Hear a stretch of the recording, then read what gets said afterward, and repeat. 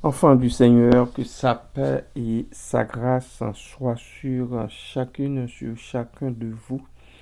Et c'est avec ces mots que je vous souhaite une bonne journée en Jésus-Christ. Après cette, cette musique spéciale, cette musique instrumentale euh, qui nous parle en tant que pèlerin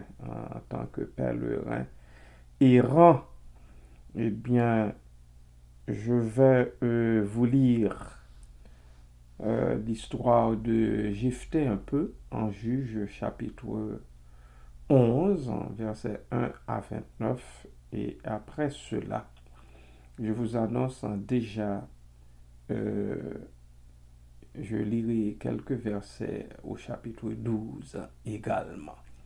D'abord, Juge chapitre 11, versets 1 à 29. Jephthé le Galaadite était un vaillant héros. Il était fils d'une femme prostituée, et c'est Galaad qui avait engendré Jephthé.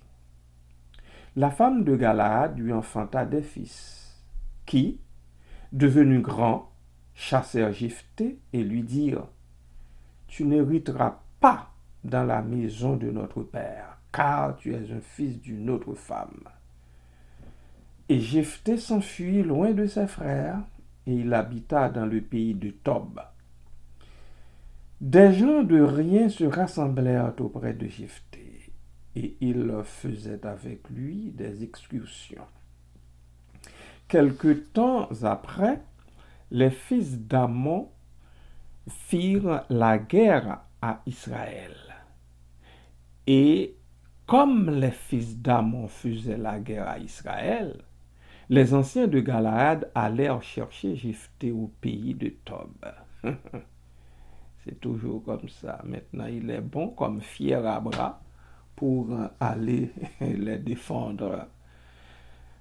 Verset 6. Ils dirent à Jephthé: Viens, tu seras notre chef, et nous combattrons les fils d'Ammon. Jephthé répondit aux anciens de Galaad: N'avez-vous pas eu de la haine pour moi, et ne m'avez-vous pas chassé de la maison de mon père? Parce que c'était son père aussi, au même titre que les autres. Pourquoi venez-vous à moi maintenant que vous êtes dans la détresse? Verset 8. Les anciens de Galaad dirent à Jephthé: Nous revenons à toi maintenant, afin que tu marches avec nous, que tu combattes les fils d'Ammon, et que tu sois notre chef, celui de tous les habitants de Galaad. Ils reconnaissent en lui maintenant un chef. Avant, c'était un bon à rien, au point de le chasser du pays, de la maison de son père. C'est la même histoire qui se répète. Verset 9. Jephthé répondit aux anciens de Galaad: Si vous me ramenez pour combattre les fils d'Ammon, et que l'Éternel les livre devant moi, alléluia, je serai votre chef. Il reconnaît que c'est l'Éternel qui pourra les livrer devant lui. Les anciens de Galaad dirent à Jephthé: Que l'Éternel nous entende et qu'il juge si nous ne faisons pas ce que tu dis. Et Jephthé partit avec les anciens de Galaad. Le peuple le mit à sa tête et l'établit comme chef. Et Jephthé répéta devant l'Éternel à Mitzpa toutes les paroles qu'il avait prononcées. Verset 12. Jephthé envoya des messagers au roi des fils d'Ammon pour lui dire: Qu'y a-t-il entre moi et toi, que tu viennes contre moi pour faire la guerre à mon pays? Le roi des fils d'Ammon répondit aux messagers de Jephthé: C'est qu'Israël, quand il est monté d'Égypte, s'est emparé de mon pays, depuis l'Arnon jusqu'au Jabbok et au Jourdain. Rends-le maintenant de mon gré, de bon gré, rends-le maintenant de bon gré. Verset 14. Jephthé envoya de nouveau des messagers au roi des fils d'Ammon pour lui dire: Ainsi parle Jephthé, Israël ne s'est point emparé du pays de Moab, ni du pays des fils d'Ammon. Car lorsqu'Israël est monté d'Égypte, il a marché dans le désert jusqu'à la mer Rouge et est arrivé à Kadès. Alors Israël envoya des messagers au roi d'Édom pour lui dire: Laisse-moi passer par ton pays. Mais le roi d'Édom n'y consentit pas. Il en envoya aussi au roi de Moab, qui refusa, et Israël resta à Kadès. Puis il marcha par le désert, tourna le pays d'Édom et le pays de Moab, et vint à l'orient du pays de Moab. Ils campèrent au-delà de l'Arnon, sans entrer sur le territoire de Moab, car l'Arnon est la frontière de Moab. Israël envoya des messagers à Sion, roi des Amoréens, roi de Hesbon. Et Israël lui dit: Laisse-nous passer par ton pays jusqu'au lieu où nous allons. Mais Sion n'eut pas assez confiance en Israël pour le laisser passer sur son territoire. Il rassembla tout son peuple, campa à Jahatz et combattit Israël. L'Éternel, le Dieu d'Israël, livra Sion et tout son peuple entre les mains d'Israël qui les battit. Israël s'empara de tout le pays des Amoréens établis dans cette contrée. Ils s'emparèrent de tout le territoire des Amoréens, depuis l'Arnon jusqu'au Jabbok, et depuis le désert jusqu'au Jourdain. Et maintenant que l'Éternel, le Dieu d'Israël, a chassé les Amoréens devant son peuple d'Israël, est-ce toi qui aurais la possession de leur pays? Verset 24. Ce que ton Dieu, Kemosh, te donne à posséder, ne le posséderais-tu pas? Et tout ce que l'Éternel, notre Dieu, a mis en notre possession devant nous, nous ne le posséderions pas? Vaux-tu donc mieux que Balak, fils de Tsippor, roi de Moab? A-t-il contesté avec Israël ou lui a-t-il fait la guerre? Voilà 300 ans qu'Israël habite à Hesbon et dans les villes de son ressort, à Aourer et dans les villes de son ressort, et dans toutes les villes qui sont sur les bords de l'Arnon. Pourquoi ne les lui avez-vous pas enlevés pendant ce temps-là? Je ne t'ai point offensé, et tu agis mal avec moi en me faisant la guerre. Que l'Éternel, le juge, soit aujourd'hui juge entre les enfants d'Israël et les enfants d'Ammon. Le roi des fils d'Ammon n'écouta point les paroles que Jephthé lui fit dire. L'esprit de l'Éternel fut sur Jephthé. Il traversa Galarad et Manassé. Il passa à Mitzpé de Galarad. Et de Mitzpé de Galarad, il marcha contre les fils d'Ammon. Voilà une partie de cette histoire de Jephthé sous la gouverne de l'Éternel, le Dieu d'Israël, et bien sûr, le Dieu des armées.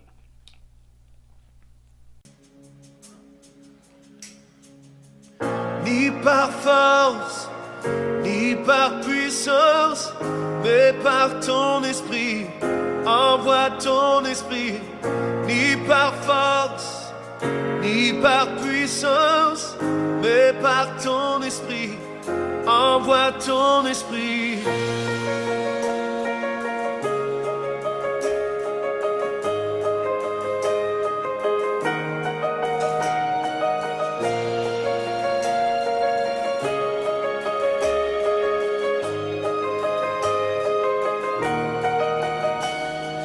Tu es le feu Nous sommes le temple, tu es la voix, nous sommes le chant.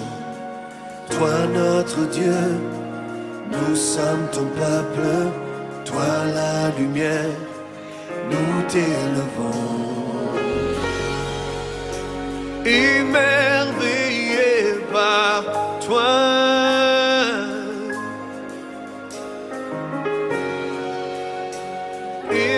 Émerveillé par toi, ni par force, ni par force, ni par puissance, mais par ton esprit, envoie ton ni esprit. par force, Ni par force, ni par ni puissance, par puissance, mais par ton esprit, envoie ton ni esprit. par Ni force, par force, ni par puissance, par puissance, mais par ton esprit, envoie ton esprit, ni par force, ni par force, ni par puissance. par puissance, mais par ton esprit, envoie ton esprit.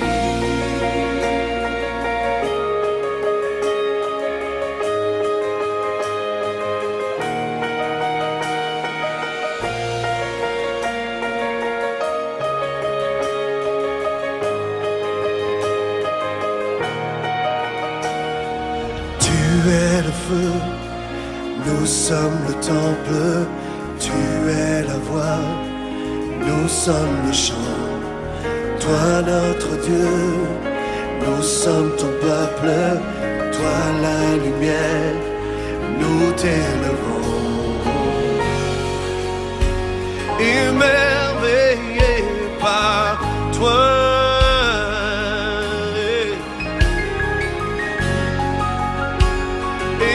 Émerveillé par toi,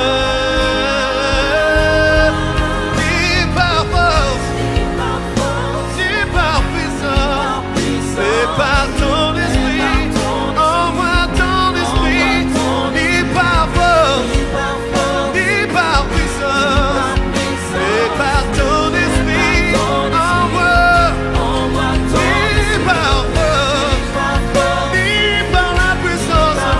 C'est par ton esprit,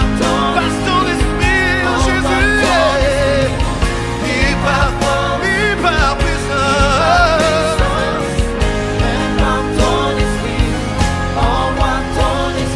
Tu nous appelles hors des ténèbres, dans ton amour, dans ta lumière.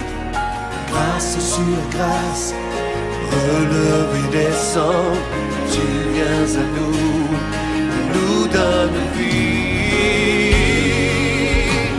Émerveillé par toi, nous sommes émerveillés par toi,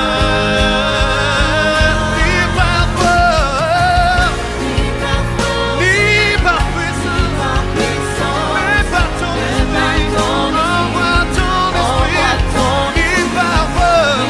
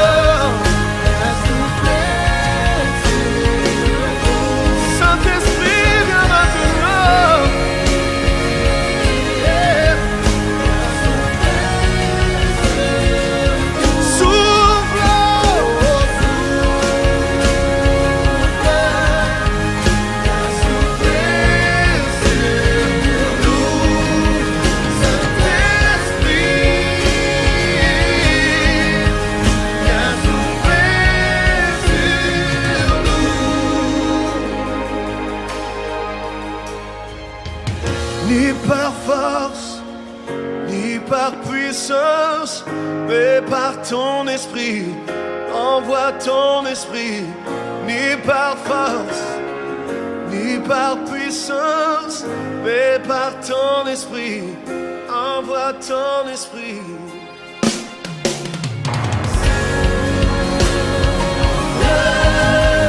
Viens souffler sur nous, Saint-Esprit.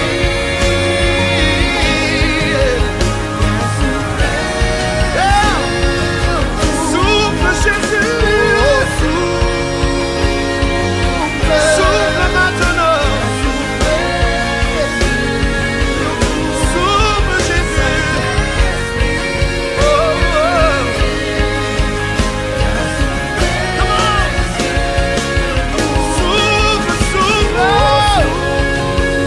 Envoie ce vent nouveau. Saint-Esprit, viens souffler. Dis-le encore. Souffle, souffle. Viens souffler sur nous.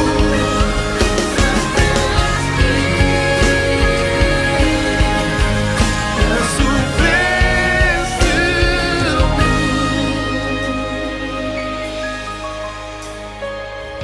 Ni par force, ni par puissance, mais par ton esprit. Envoie ton esprit, ni par force, ni par puissance, mais par ton esprit. Envoie ton esprit, ni par force, ni par puissance, mais envoie ton esprit. Envoie ton esprit, ni par force, ni par puissance, mais par ton esprit. Envoie ton esprit.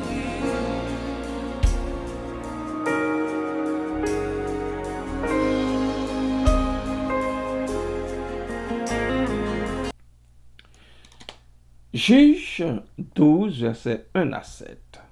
Les hommes d'Éphraïm se rassemblèrent, partirent pour le nord, et dirent à Jephthé, pourquoi es-tu allé combattre les fils d'Ammon sans nous avoir appelés à marcher avec toi? Nous voulons incendier ta maison et te brûler avec elle. Ah, les gens étaient méchants. Enfin, ils ont toujours été méchants et belliqueux. Jephthé leur répondit, nous avons eu de grandes contestations, moi et mon peuple, avec les fils d'Ammon. Et quand je vous ai appelés, vous ne m'avez pas délivré de leurs mains. Voyant que tu ne venais pas à mon secours, j'ai exposé ma vie et j'ai marché contre les fils d'Ammon. L'Éternel les a livrés entre mes mains. Pourquoi donc aujourd'hui montez-vous contre moi pour me faire la guerre? Jephthé rassembla tous les hommes de Galaad et livra bataille à Éphraïm. Les hommes de Galaad battirent Éphraïm parce que les Éphraïmites disaient, vous êtes des fugitifs d'Éphraïm. Galaad est au milieu d'Éphraïm, au milieu de Manassé. Galaad s'empara des gués du Jourdain du côté d'Éphraïm. Et quand l'un des fuyards d'Éphraïm disait, laissez-moi passer, les hommes de Galaad lui demandaient, es-tu Éphraïmite? Il répondit, non. Il lui disait alors, eh bien, dis Chiboleth. Et il disait Siboleth, car il ne pouvait pas bien prononcer. Sur quoi les hommes de Galaad le saisissaient et l'égorgeaient près des gués du Jourdain. Il périt en ce jour-là 42 000 hommes d'Éphraïm. Jephthé fut juge en Israël pendant 6 ans, puis Jephthé le Galaadite mourut et fut enterré dans l'une des villes de Galaad. Voilà. Je ne continue pas la lecture du texte de ce chapitre. Si vous voulez en savoir plus, alors vous le lirez vous-même. Vous le lirez vous-même. À présent, nous allons écouter un morceau de musique avant d'entrer en prière.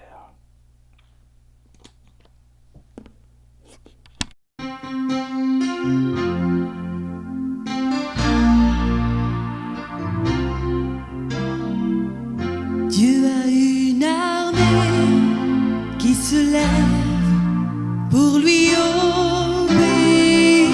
Dieu a une armée qui se lève pour le servir. Peuple de Dieu, lève tes mains pour l'adorer. Peuple de Dieu, ouvre ta bouche. Dieu veut parler. C'est l'Esprit de Dieu qui l'amène, qui mène ses pas. C'est l'Esprit de Dieu qui l'entraîne au combat. Peuple de Dieu, lève tes mains pour l'adorer. Peuple de Dieu, ouvre ta bouche. Dieu veut parler. À l'agneau de Dieu soit la gloire dans les lieux très hauts. À l'agneau de Dieu la victoire. Vive notre héros. Peuple de Dieu, lève tes mains pour l'adorer. Peuple de Dieu, ouvre ta bouche. Dieu veut parler. Peuple de Dieu, lève tes mains pour l'adorer. Peuple de Dieu, ouvre ta bouche. Dieu veut parler.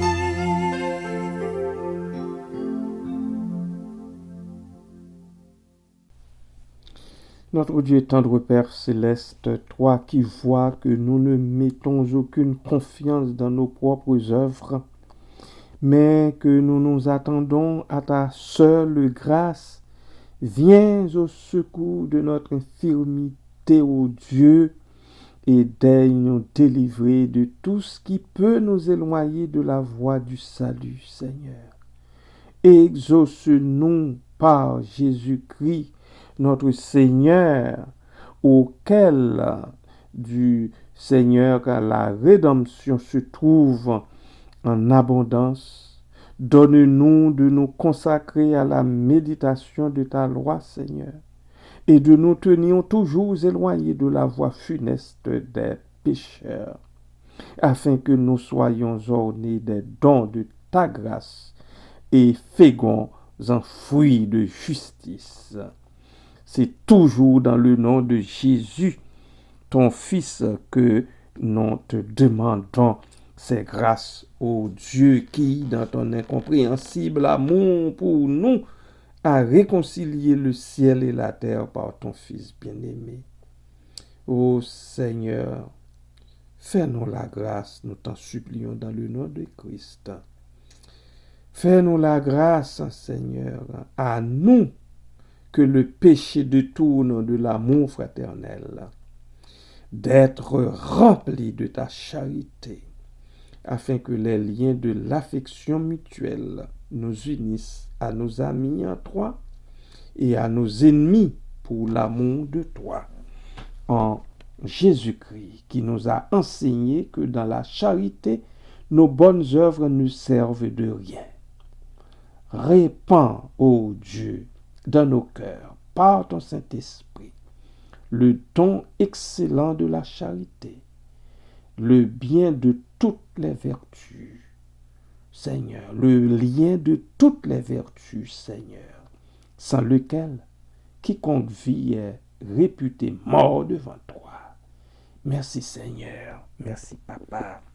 À présent, j'aimerais, oh Dieu, te demander une grâce tout à fait spéciale, tout à fait particulière sur mes sœurs terriblement éprouvées.